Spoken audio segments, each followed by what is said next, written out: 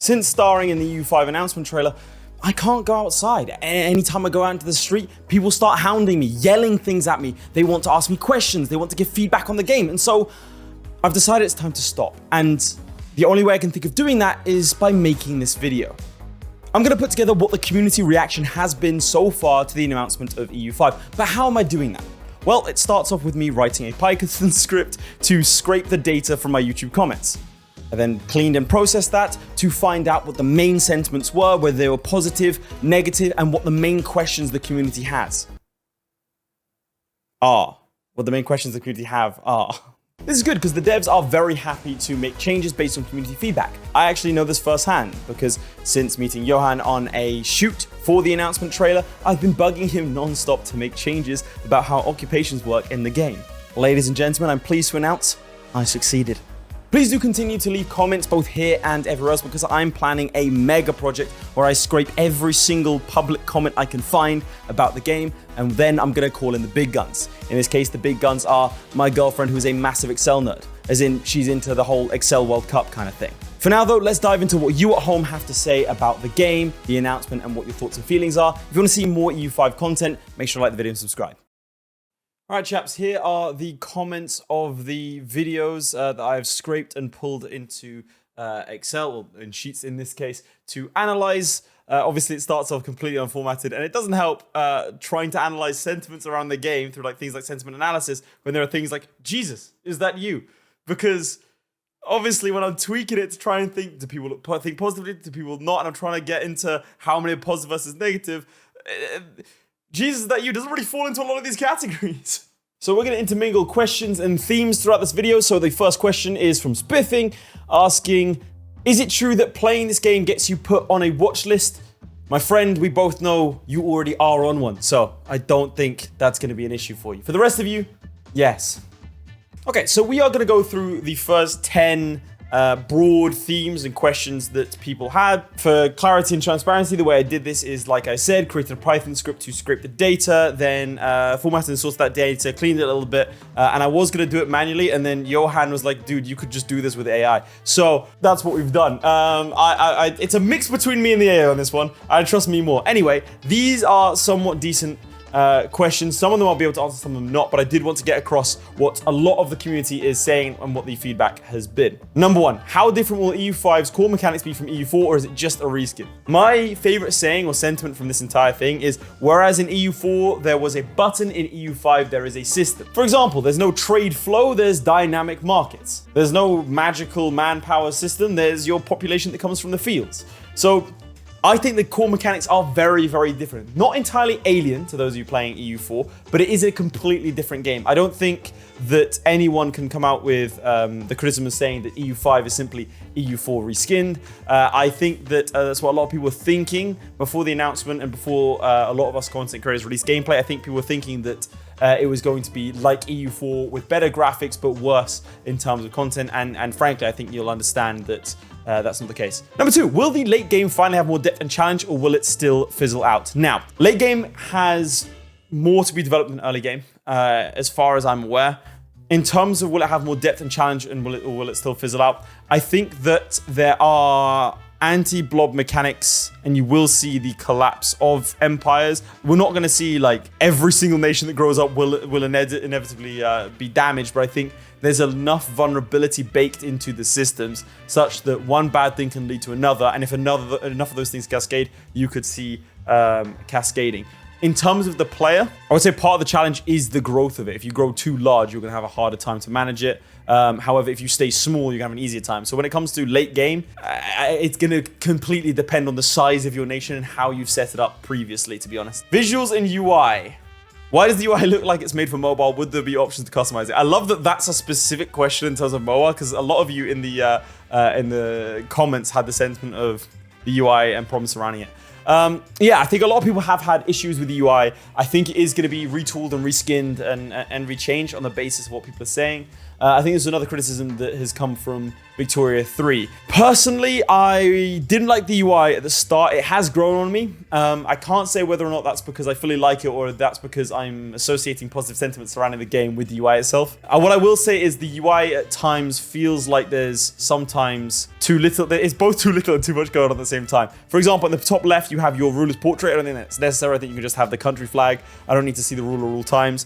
And oftentimes, there will be icons that are meant to show you at a glance what's going on. And this works in some cases, like, for example, population. But honestly, I think just a bit of shading and a bit of texture would go a long way. Right now, things do feel a little bit like almost too clean cut, I would say. Like if we went to my boy Red Hawk's video, for example, in EU4, you can see that everything just has a bit more texture to it. And I think that's kind of the main difference in my eyes, at least. But I do think that UI is something you need to completely, but I don't think that UI is something that you need to constantly be talking about, guys. I think there's a lot that can be done with it. And I think a lot of that's gonna be done with feedback. So make sure that you constantly make yourselves known in the forum and also in the comments and videos. Options to customize, it's quite interesting. I can't just boot up the game and check.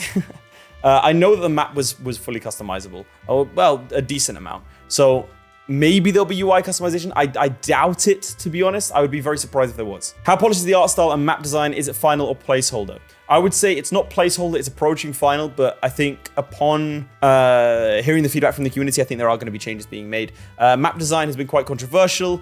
Some people like it, some people don't. I will say there are options, like I said, in the menu to be able to customize them. My personal belief is I do quite like the map.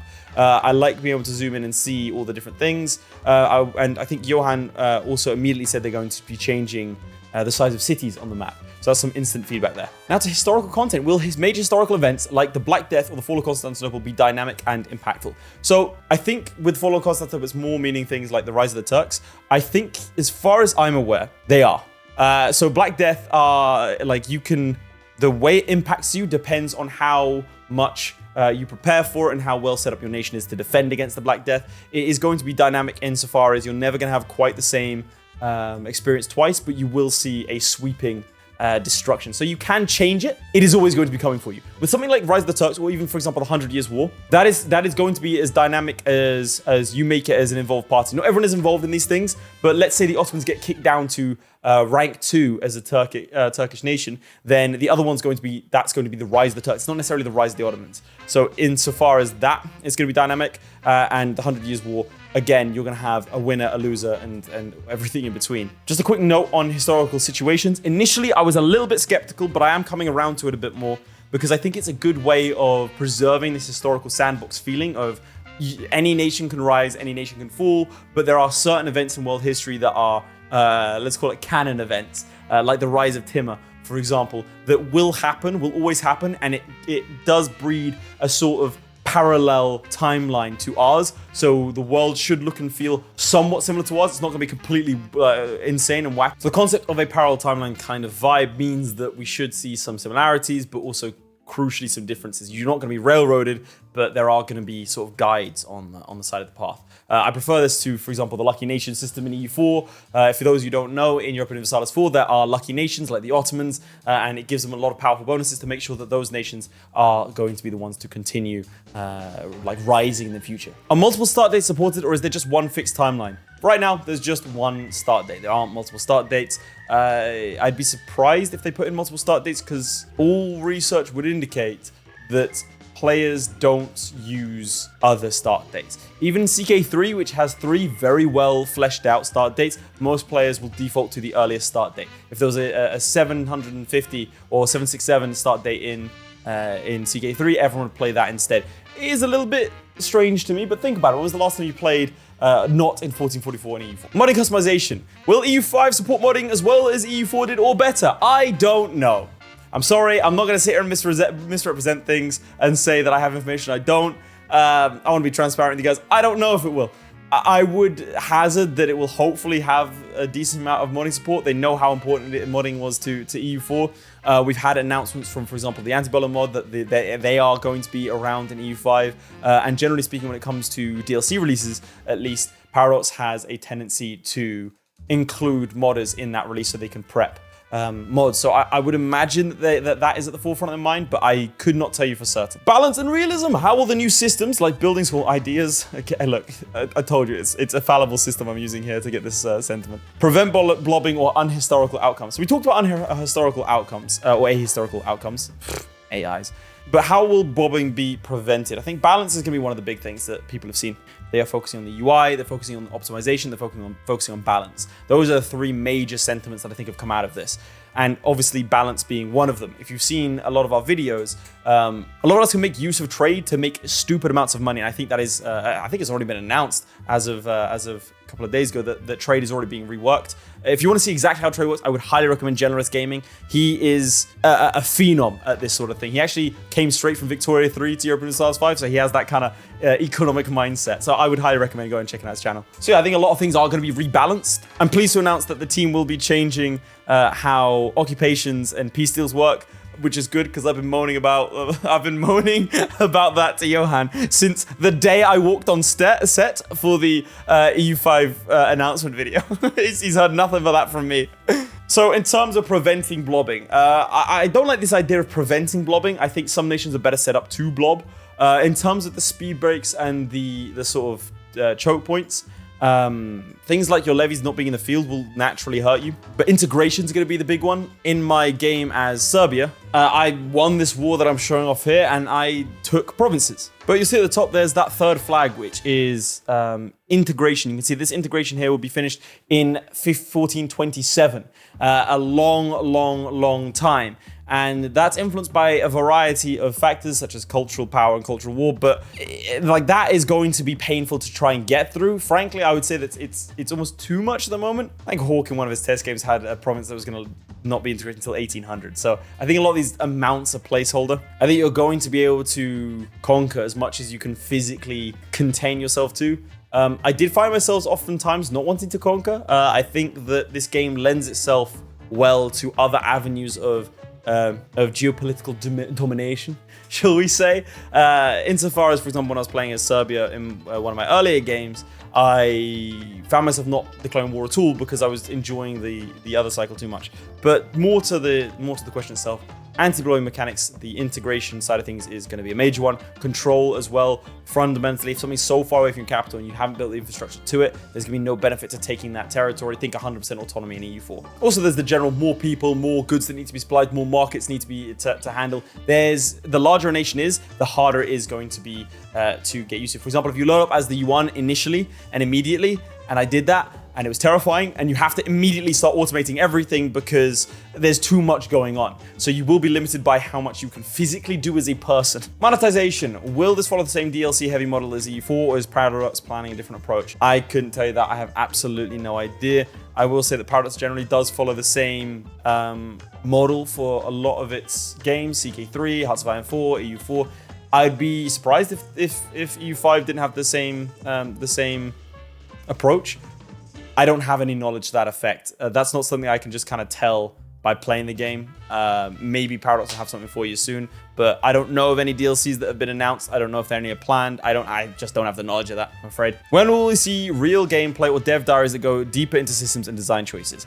Now, I would say that there's going to be more dev diaries coming out that are going to be directly addressing feedback. Now that the jig is up and everyone can say that it's EU5, I'm sure that the devs are going to be a lot more casual in their approach to gathering feedback, whereas previously it was a very tight-knit ship. In terms of when we see real gameplay, this is not something that I have knowledge to. All I can tell you right now is no content creators have access to any footage. We're not allowed to use any new footage that isn't in the first impressions 30-minute video. So I think we're going to probably see it settle down for the next couple of months at least. I don't have any idea about release dates either, chaps. I couldn't speculate on that. Not because I can't, but because I have no ability to. I'm limited not by law, but by ignorance in this case. And speculating around it, I don't have any real experience in game design to speak of that I'd want to say publicly. So your guess is as good as mine. Now I'm gonna go through some of the more popular comments, the most liked ones, because frankly, that's the best way that I can think of to find out what people are thinking. Obviously, things do rise to the top, which is why it's not perfect, which is why I spent all this time writing a Python script to scrape the goddamn comment section. The transition from CK3 in EU to EU5 in a mega campaign is going to feel so nice. It was kind of this stuff that confused my model, which is also why I defaulted to using AI, because I couldn't figure it out. This is honestly going to make colonization so much different, says KV Plays. Like having actual control rates and food means colonies could very well fail if their overlord doesn't supply the resources. Yes, and I really like that fact because it's what happened to Greenland. The Norse, I wrote a paper on this. It was an A-level paper. It's not exactly like a big thing. But I researched the Norse colonies in Newfoundland and in Greenland. And in Greenland, what happened was the little ice age meant that it was more hostile to live and they relied more on the continent to supply them. And when those ships stopped coming, it eventually declined and died. And I feel like that can absolutely happen. Again, in Generous Gaming's video, he has a colony in Alaska as Korea and has to create a new market because there's going to be no ability for his pops over there to get goods from his local market, so he has to create a new one. Very interesting dynamic on that front. And it also means that historical colonizers have an incentive to colonize because those are the guys that can have access to it. Portugal and the Dutch are going to be very trade-focused nations, and they will then look for more trade routes and therefore have a reason to colonize. Very cool. Economy mechanics from Vicky 3, cabinet mechanics from CK3, military food pots mechanic from Imperial Rome, and seeing a tasty suit which have every other Pirates game's best mechanics. Absolutely. Some people are quite concerned about this. They're saying that it might dilute it, but frankly, I think this is looking to be, if they can do the optimization properly, if they can sort out the UI and address a lot of the concerns regarding balance, I think we're looking at the grandest of strategy games of all time. Like, we don't really have anything else that compares. There's a mechanic for everything, and then frankly, it almost transcends Europa Universalis, which is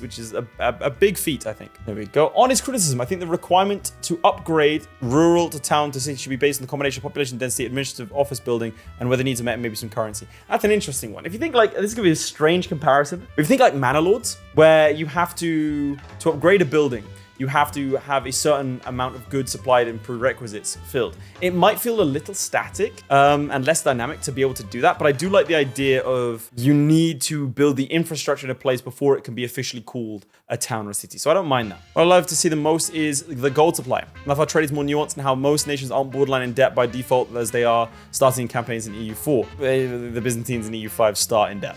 It shows how the game is being balanced from the ground up without some magical bank to learn from. Very interesting about that is that you have building-based nations such as the Fuggers, who are a bank that can also take loans. As in, like, they'll purchase loans from other nations, they'll give out loans. They're a very like money-based system. Very interesting. I think it's going to need a bit of tweaking, and I think trade itself needs a balance, but obviously that has been already nerfed in the most recent sort of announcement. One feature from EU4 I really enjoyed is that when you form the United States, you get an event chain where you could basically build the country from the ground up, even deciding whether to be a kingdom, republic, federal republic, and that's a choice that I really hope is carried into EU5. So this is something that I didn't really consider until I read comments and read feedback, and it did change my mind. What I'm talking about here is individual flavor, because personally I prefer dynamic systems that allow a nation's identity to be born from a couple of different factors, such as the social value system. The problem that arises with that is that is no longer individual flavor, that is game flavor. And a lot of people are looking for individual flavor like event chains. What I will say is Serbia, for example, starts from the event. This stuff can be put in with events. And I think event chains are going to be something that they're going to be focusing on, hopefully in the next couple of months to years, however long the game's going to take to release.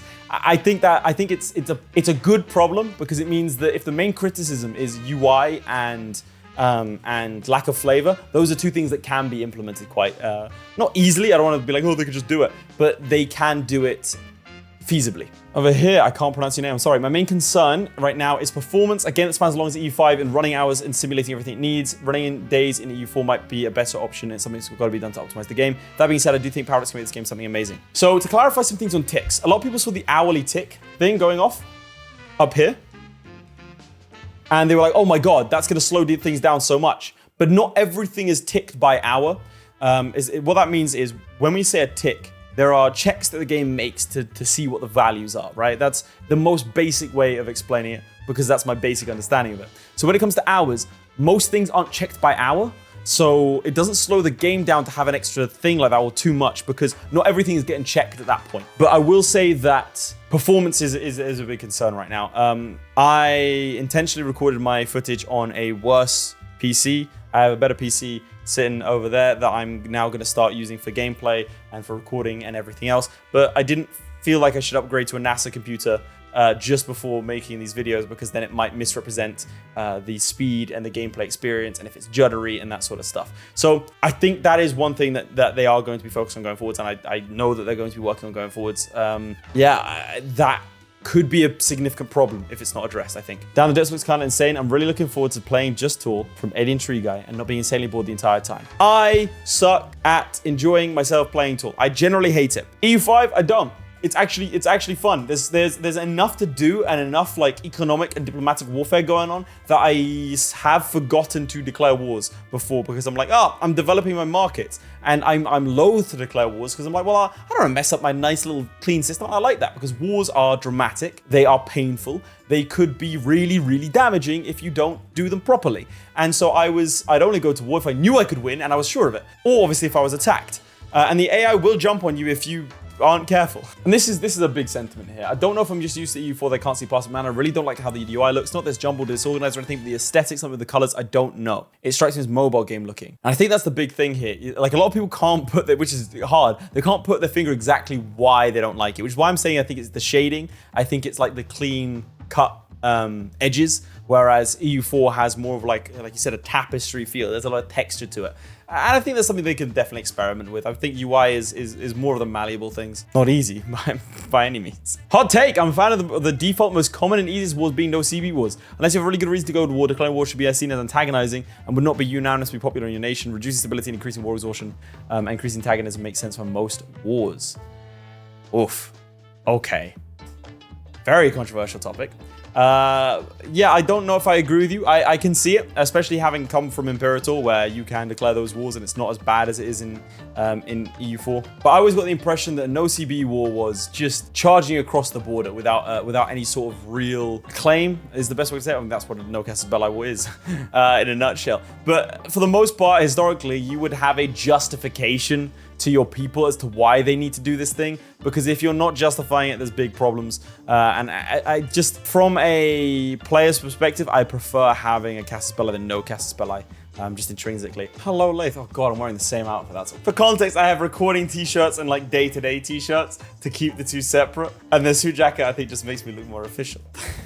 I don't need to explain myself to you. Anyway, in this video, this was the Every Mechanic Explained video. I'll link both the videos in the comments of this video in case you haven't seen them, where I broke down the mechanics as far as I understood them, and basically went through what mechanics exist in the game. So here are some great comments, because in this one I did actually ask for questions. Can you make custom nations? Not at present. Can you play as releasable nations? As far as I am, yes. Can you tell the developers they are awesome? No, they don't deserve. Of course. They are really, really lovely, the lot of them. Market attraction, stealing market from nations sounds like a fun minigame. Absolutely. And I really do appreciate that that's in the game, because it does mean that nations don't have to go to war to fight each other. Obviously, Genoa and Venice did have a couple of scuffles, but you don't need to resort to war to best them, if that makes sense. And neither one of you really wants to go to war. You'd much rather both make money, but you're trying to still outstrip the other one. I hate how new Pirates games handle map modes, so I'd love to see new types of map modes, goods, development, pops, etc.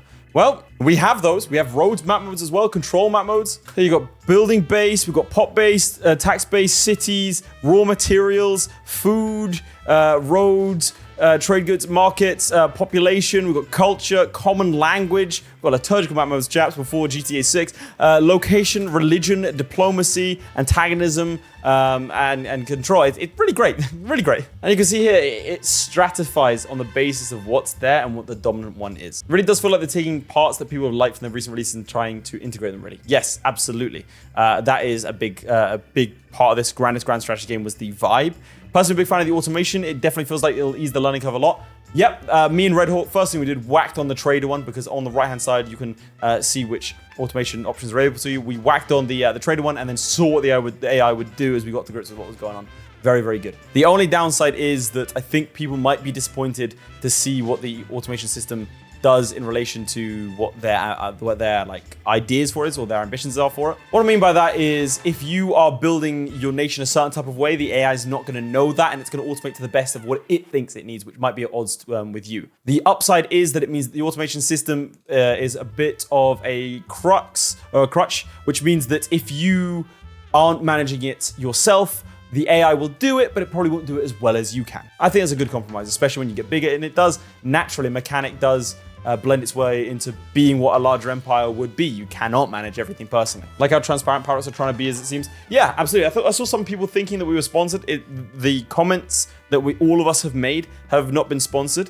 Now, to that point, I don't think any of us would be needlessly slanderous, to be clear. I think all of us want this game to succeed, and some people have called that biased. Obviously, everyone's entitled to their opinion. I'm not sure I'd agree with that on the basis that just because we want something to succeed doesn't mean we're not able to criticize it. Frankly, I would think it would be the opposite. We want it to be a good game. It benefits us directly. If you want to go super cynical and think we don't want what's best for the community or that we want what's best for the devs or anything else like that. If we want what's best for us personally as content creators in this space, we want this game to be as good as it can be. Therefore, it's in our interest to criticize it constructively such that it becomes a better success and therefore we benefit more directly. Okay, here we go. Biggest gripe is the UI. Obviously, what I love, which is pop-up icons, the red, yellow, green flags, an enormous step up from EU4s. Most of the icons in general are great, like trade goods, pop-up stability, very true. Biggest nitpick is the portrait on the top left. You see the flag, that's what I was saying earlier. Another one is no reason to have the name of our country, the most important part of the interface. We know what country we're playing as. It takes up an insane amount of space that can be used for other things. He's not wrong. He's not out of line, but I don't like it. I mean, I guess, yeah, it makes sense. Just have the flag up here and then get rid of the portrait, like I was saying, and then you don't need this. But then what would you do with this space? What, put these buttons up here? I don't know, but I don't know how that would fit. I don't disagree, but I don't know what else you would put there. One thing I do like is behind this, you have like, depending on, the UI itself is textured depending on the areas you're in. So for example, if you are playing as the Ottomans, you have more of a Turkish themed UI. If you're playing as Japan, same thing, Japanese one. Very, very cool. I would say a lot of the art in this game has gone under the radar. And I think that's a shame because it's dynamic art, which is very unique. A lot of these things change with changes in the game. A lot of things on the map change with your changes in the game. So yeah, I have to say massive props to the art team for that. Here we go. Black Death. At about 48 minutes in, when you talk about the Black Death and how it feels unnatural because the player knows about and prep with it, that was my criticism of the Black Death and mild concern going forwards. I'm still not settled on it. Potential solution with that would be to have the Black Death spawning be an RNG-based event. So maybe it'll happen, maybe it won't. I don't dislike that. Maybe in terms of severity, some games it's like apocalyptic and some it's not. But then you're getting into like people don't like it when games are 100% RNG based. But if we're taking the issue that the player will prep with it, and some people have said that's not an issue. If you're taking the issue that some people, the players are going to prep for the Black Death, to make it less deadly or more deadly per game might be a solution to it. I can kind of see that. It's an interesting one because then a player, if they heavily invest in defending against the Black Death and it turns out to not be that big of a deal, you've lost a big part of your economy. So, interesting. Oh, I was wrong. You're forgetting the Klein-Venedig colony of HRE. Free cities of Augsburg and Nuremberg colonized Venezuela. All right, fair enough. My bad. I was saying how, like I was saying earlier with the Dutch and the Portuguese, I was saying how cities in the HRE wouldn't necessarily colonize. So I guess I was wrong. Fair enough. Can we get a map overview? I'd love to. I don't have access to the game. I'm sorry, man. I apologize. I wish I could. Please, someone make a good tutorial to understand what we should aim for, what we were about. Maybe we could pick a tutorial play mode for England and make the player understand the objectives of what we should do and think about, think much for the effort. It's very true. Now, I think the tutorial is going to be imperative in bringing in new players. I think that's not necessarily in terms of existing ones, because most Paradox players will want to just dive in and sort of see how they get on. But I do think that in terms of new players, there needs to be a robust tutorial system, and Paradox historically have been quite weak with regards to their tutorials. So they often rely on videos to sort of fill that tutorial niche. I think a good tutorial is possible, and I would hope for one in this game. If there is a good tutorial in this game that introduces the mechanics carefully to new players, I don't see any reason why new players wouldn't want to play this. I've seen some criticism, not criticism, but like some commentary surrounding the fact that they think that new players won't get into the game because it's super complicated. I would hazard that new players have an easier entry into this game, not because of the learning curve, but because of the plain English aspect of it. What do I mean by that? I mean that in EU4 you have things like military power, diplomatic power, and admin power that you have to try and explain to an individual, a new player. Hey, this is what this magical manas does. Whereas in EU5, you can say, this is your population. They go from here to here when you raise levies. This is your money. It goes up and down depending on this. This is your trait. Like, I think a lot of it is more plain English, and it's more intuitive. All right, nice. Look at this. Nice long one. Few small ideas. Mr. Skate9885, here we go. You disagree with me and you like the idea of Parliament being in all countries, but I think it needs to be changed. Even small things like renaming the majority of them to councils to show it's not actually a parliament. Okay, so one of my issues is that every single nation has a parliament. You're saying that that's fine, but it needs to be tweaked to be more relevant to have a council instead of a parliament. That would help, I think, but I'm not sure I agree with having a parliament mechanic in every nation. I think that's something that is going to be entrenched in the game. I don't think that's something that's going to change, but we'll have to see. Additionally, a silly little thing is I want to see automation renamed to be more thematic. You want it to be like delegating to ministers or council members or something. That could be fun. Instead of it being like a cog being called automation, you could be called it delegation. I kind of like that. I think, frankly, I think it's probably best left to mods, because you do want to tell the player what they're doing, but for more immersion, I can see an instant mod being change the name of that to delegation and you go from there. That's a nice bit of flavor. I do like the whole integration taking a while into Casabella being rare at the start of the game, but I do think it needs to be a little easier now. I think later on you get more Casabella, obviously. But I do think that, like in the 14th century, you had a lot of wars being declared. It was still quite a tumultuous time. And you had more dynastic conflicts escalating into war, which I don't think we really see in EU5. Missions, obviously, they're still a bit up in the air right now, but I do hope the missions either give nice benefits or claims to make it worth doing, even just story-type content. Yes, missions are perhaps my biggest complaint with EU5. Right now, they feel a little soulless and a little more of the same. The Imperator mission system is quite well done. It's where you get a lot of your flavor, a lot of your aims, and it is quite dynamic, and you get good benefits. It's always worth doing a mission in Imperator, just always on the side. Whereas in EU5, I never really felt necessary to select a mission and do it. The benefits it gave me weren't really worth the time investment and the resource investment sometimes of actually doing it. It feels more like it's there to guide new players than it is to add any sort of gameplay or historical flavor. And I feel like there could be a lot done with that. I have high hopes for the mission system, especially since it's based off Imperator, but for right now, I'm not a big fan. It'd be really cool to have cabinet actions that give very strong bonuses but require multiple cabinet slots to use. I don't know if I agree with that. I think I like the cabinet actions right now. Having it be a strong one that requires 2 people, I don't really know how that would play in. You'd have to give me some examples to convince me of that one. Laith character as advisors, yes please. It'd be cool for Poland to have an event chain for avoiding the Black Death. That's just flavor. It'd be quite cool. And add Paisley location for Scotland. Please, we need this. Is all we have. Sure. Get it done, Johan. Will large rivers have a positive effect on control, like mountain ranges have a negative one? As far as I'm aware, yes.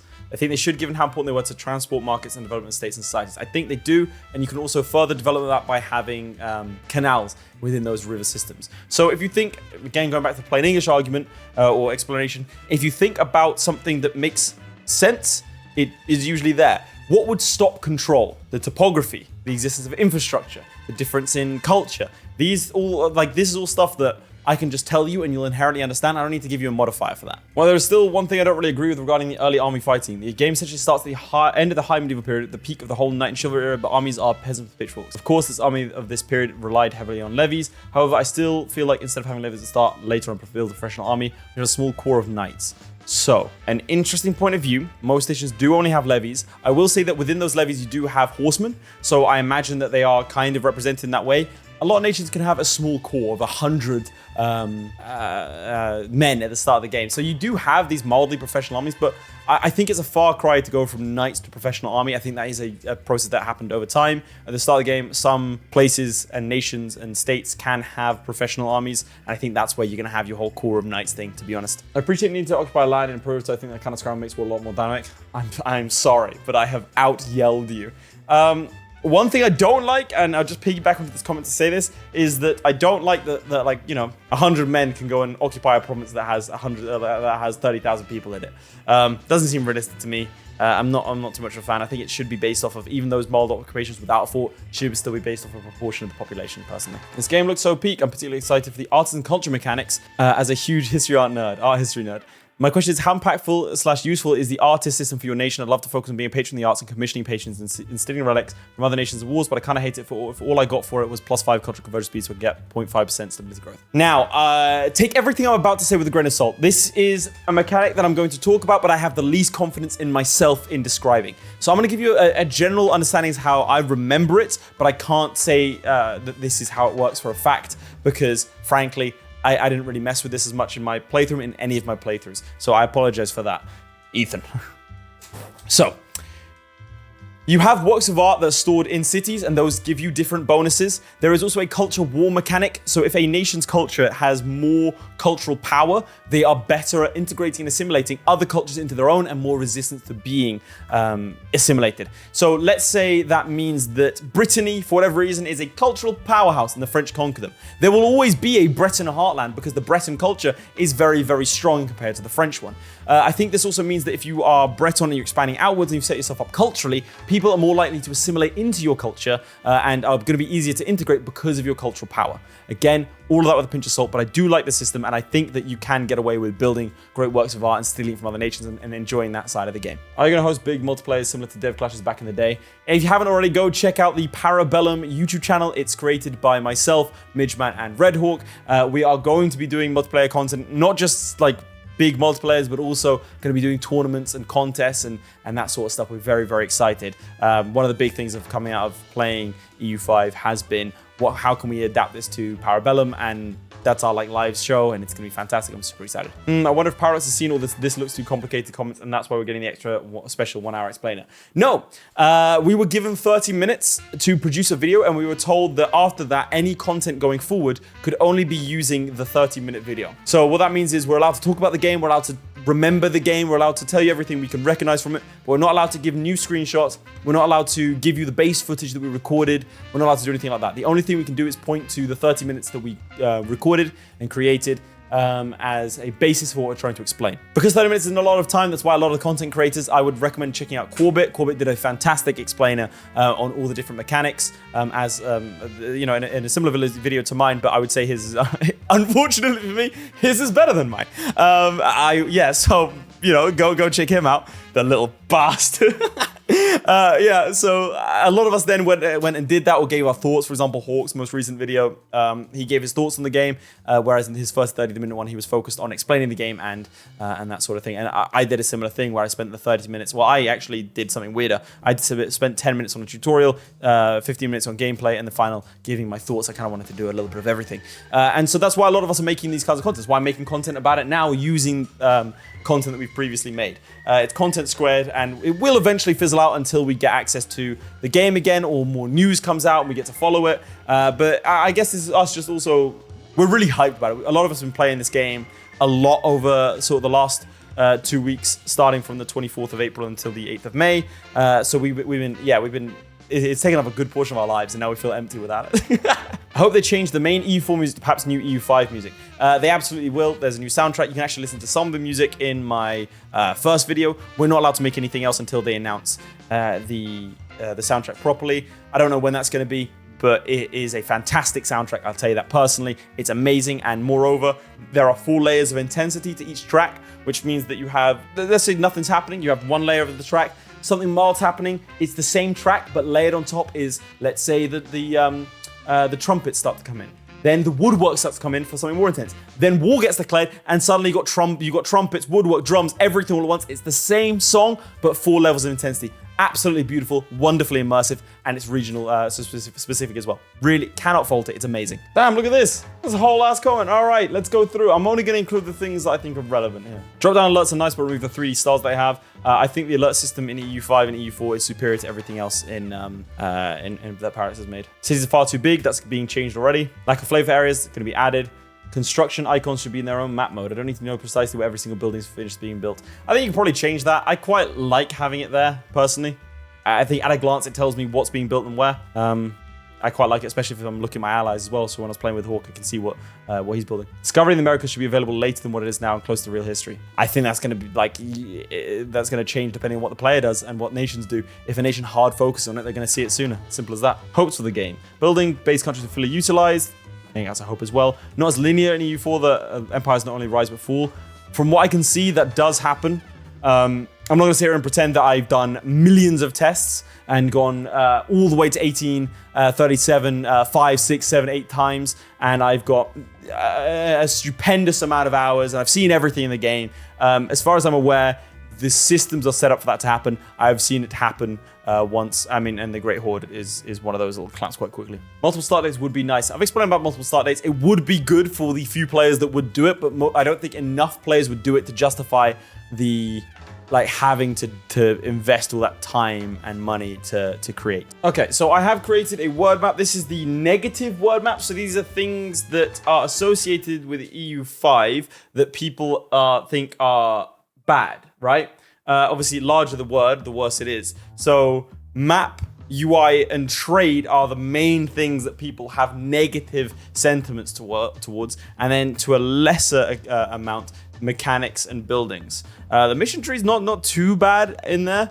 And then behind me, we have empire and colonization, which again aren't too relevant, but it looks like the map and the UI are negatively impacted. Now, the interesting thing is, if we look at the positive map, we also have things like UI and trade. So it looks a little bit more divisive. Now, I will say that most of the sentiment surrounding UI is negative. UI is also a very easy thing to criticize. It's quite an all-encompassing thing. But positive things surrounding culture, buildings, mechanics, and war, and missions, interesting enough. So the sentiment might be that I am wrong. And then we have the overall sentiment.